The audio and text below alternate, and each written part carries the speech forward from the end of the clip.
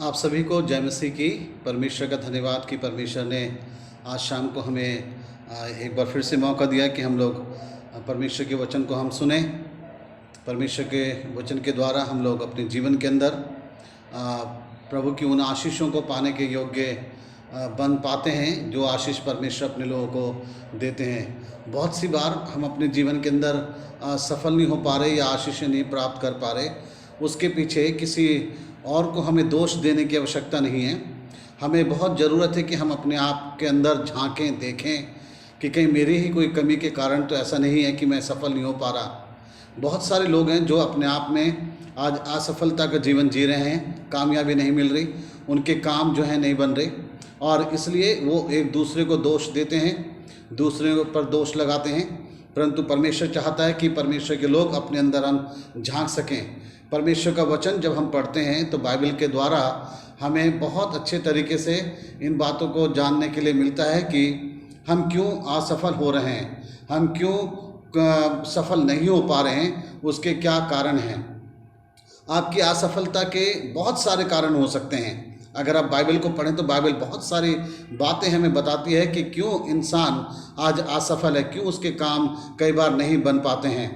Bible बहुत सारी बातें हमें बताती है, लेकिन हम उन बहुत सारी बातों को ना देखते हुए हम आज केवल उन 3 बातों की ओर देखना चाहते हैं जिसके कारण से आज बहुत सारे लोग हैं जो असफल हो रहे हैं। और इन 3 बातों को यदि आप अपने जीवन के अंदर देखते हैं तो आपको ज़रूरत है कि आप ये प्रार्थना करें कि मेरे परमेश्वर तो मेरी सहायता कर, परमेश्वर तो मेरी मदद कर, ताकि मैं अपने जीवन के अंदर मैं सफल हो सकूं और मेरे जीवन के अंदर परमेश्वर ये सारी बातें ना आए।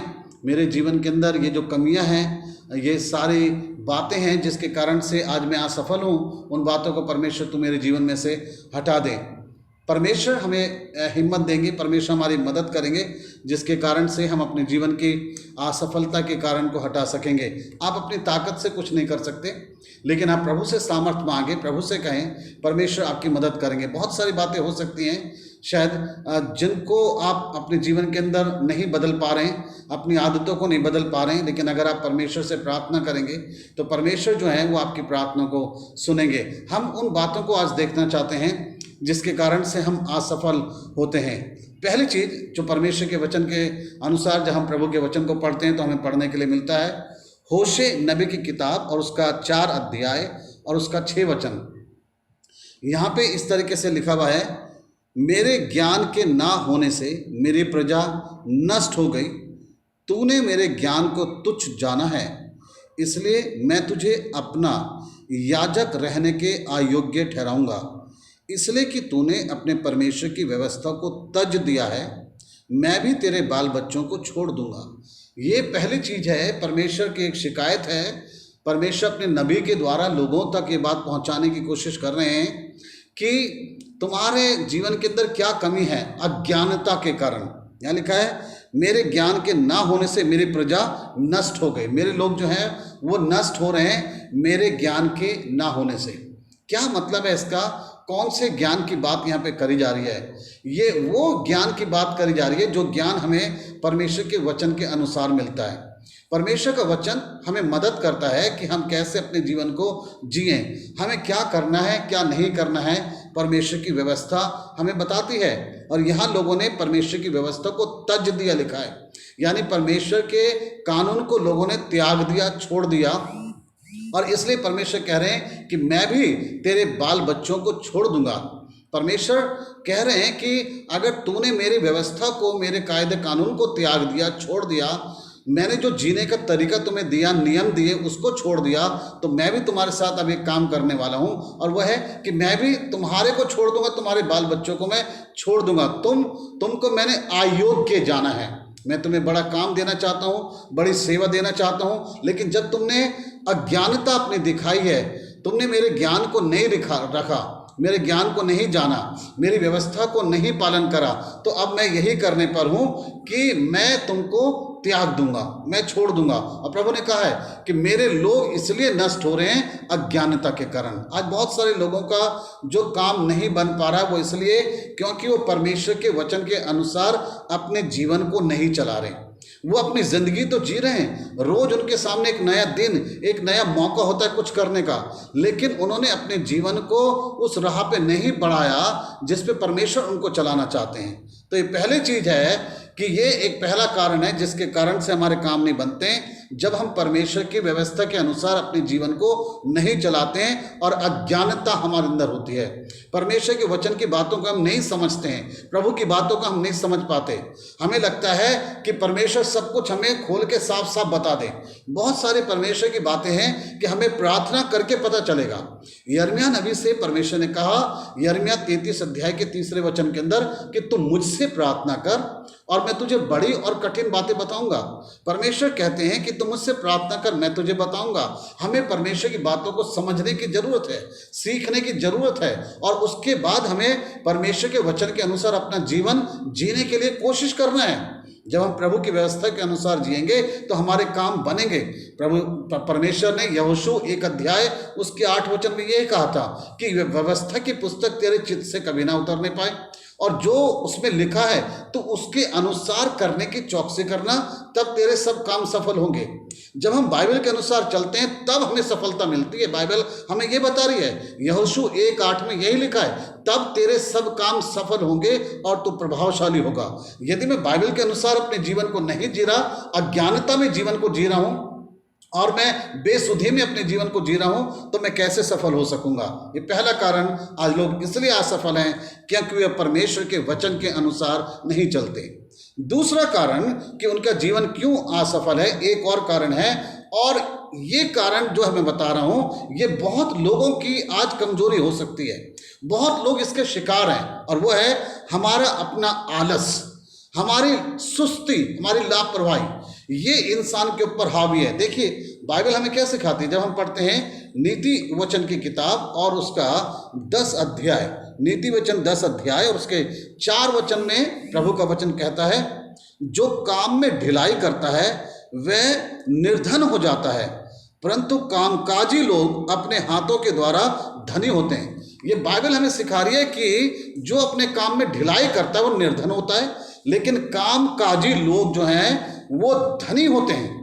सफलता मिलती है, हम धनी बनते हैं। प्रभु हमें हमारी जरूरतों को पूरा करते हैं, लेकिन उनको कहा गया जो कामकाजी हैं, आलसियों को नहीं, जो काम में ढिलाई करता है, लापरवाही करता है, सुस्ती है, जिनके जीवन के अंदर, शरीर के अंदर लापरवाही है, आलस उनके जीवन के अंदर, वो कैसे अपने आप को कामयाब होते हुए देख सकते हैं। ये एक और दूसरा कारण है कि लोग आलस के कारण से आज अपने आप को सफल नहीं कर पा रहे, क्योंकि वो सुस्ती, उनकी नींद ही पूरी नहीं होती है, उनका आराम ही पूरा नहीं होता है। देखिए प्रभु के वचन में लिखा है, नीति वचन 20 अध्याय और उसका 13 वचन जब हम पढ़ते हैं तो उसमें लिखा है, नींद से प्रीति ना रख, नहीं तो दरिद्र हो जाएगा, आंखें खोल तब तू रोटी से तृप्त होगा। यहाँ बाइबल में कह रही है तो नींद से प्रीति मत रख, नहीं तो तू दरिद्र हो जाएगा। आज कई लोग इसीलिए बहुत दरिद्र हैं, परेशान हैं, निर्धन हैं, क्योंकि उनको नींद से बड़ा प्रेम है। जीवन में उनकी सुस्ती, कभी उनकी सुस्ती उतरती नहीं है, आलसी हैं, काम पे जाना नहीं चाहते, घर से निकलना नहीं चाहते, इसलिए उनको नौकरियां नहीं मिलती, काम नहीं मिल रहा, काम नहीं बन पा रहे हैं, इसलिए उनके काम नहीं बनते हैं।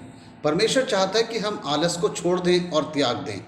बाइबल के अंदर लिखा है नीति वचन 24 अध्याय और उसके 33 वचन में, इसमें लिखा है, छोटी सी नींद एक और झपकी, थोड़ी देर हाथ पर हाथ रख के और लेटे रहना, तब तेरा कंगालपन डाकों के समान और तेरी घटी हथियारबंद मनुष्य के समान आ पड़ेगी। ऐसे जिंदगी अगर हम जिएंगे, थोड़ी देर और नींद ले लूँ, एक और झपकी ले लूँ, हाथ पर हाथ धर के लेटे रहना, लिखा है तब क्या होगा, तब तेरा जो कंगालपन है डाकों के समान आ जाएगा, सब कुछ तबाह हो जाएगा, लुट जाएगा। परमेश्वर चाहते आज हम जागें, आज हम अपने आप को जागरूक करें इस बात के लिए कि मैंने कितना समय बर्बाद कर दिया। मैं चाहता तो मैं बहुत अच्छा कुछ हासिल कर सकता था, बन सकता था, कुछ सीख सकता था, कमा सकता था, लेकिन हमने अपनी ज़िंदगी के अच्छे समय जो हमने बर्बाद कर दिए। हम कहते हैं हमारा काम नहीं बनता, शायद हमने अपने आप को एक ही फ्रेम में फंसा रखा है कि हमें ऐसा काम मिले, ऐसी जगह मिले। परमेश्वर ने अगर हमें कोई भी काम के लिए द्वार खोले हैं तो हमें उसमें जाने की आवश्यकता है, वो हमें करने की ज़रूरत है। मेहनती व्यक्ति के लिए कभी भी काम की कमी नहीं है। लेकिन आलसी व्यक्ति के लिए, उसके लिए कभी उसके मुताबिक काम ही नहीं मिलता। लोग ये कहते हैं, परमेश्वर चाहता है हम अपने जीवन के अंदर जागरूक हों, जाने कि मैं क्यों असफल हूँ, मेरा आलस मुझे आगे बढ़ने नहीं दे रहा। हमें अपने आलस को छोड़ना पड़ेगा, हमें अपनी लापरवाही को छोड़ना पड़ेगा। हम चाहते हैं यदि सफल होना तो परमेश्वर से दुआ करें, प्रभु मैं मेहनत करने के लिए तैयार हूँ, तो मुझे कोई भी काम दे प्रभु।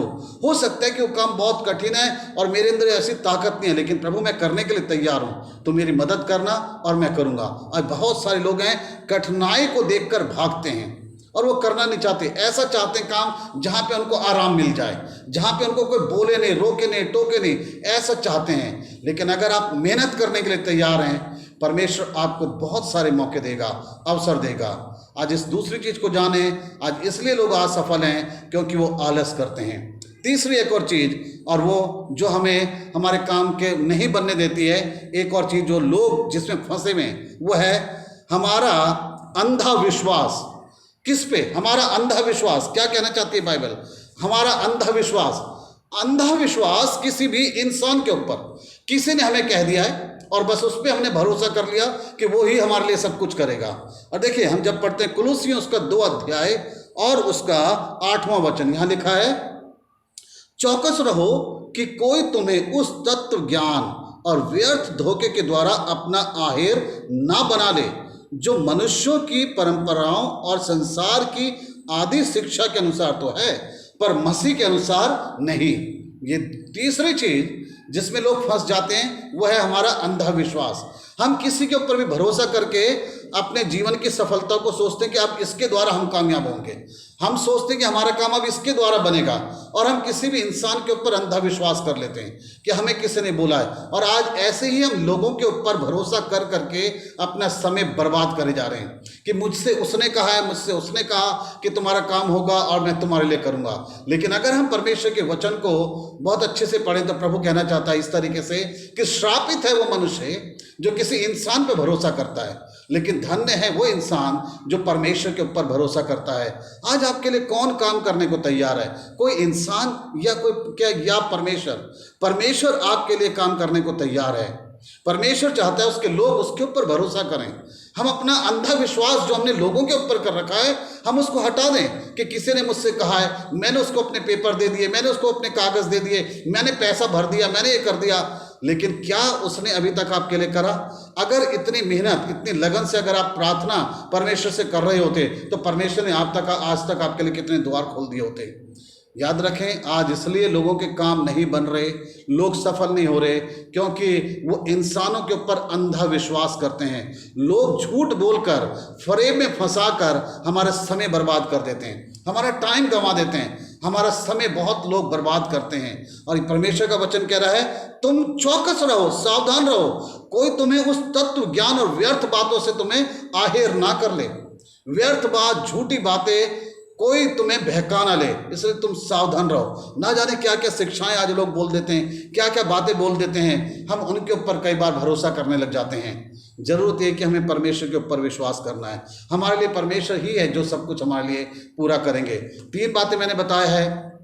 इंसान इसलिए आज असफल है, इसलिए कई लोगों के काम नहीं बन पा रहे। एक है उनके जीवन की अज्ञानता, परमेश्वर के वचन को समझ नहीं पा रहे, अपनी जिंदगी को परमेश्वर के वचन के अनुसार नहीं जी रहे। अगर हम परमेश्वर के अनुसार, वचन के अनुसार चलेंगे, हमारे काम सफल होंगे। दूसरा, हमारे जीवन का जो आलस है, परमेश्वर चाहते हैं कि हम इन सब बातों को छोड़ दें, आलस को हम छोड़ दें, हम परमेश्वर के वचन के अनुसार जीवन को जिएं, आलस को छोड़ दें, और हम अपना अंधा विश्वास जो इंसानों पे कर रखा है उसको हम बदल दें, अपना विश्वास हम परमेश्वर पे करें। परमेश्वर आपके लिए बहुत द्वार खोलेंगे। परमेश्वर आप सभी को बहुत ऐसे आशीष दें और आपको सफल करें और कामयाब करें। आमीन।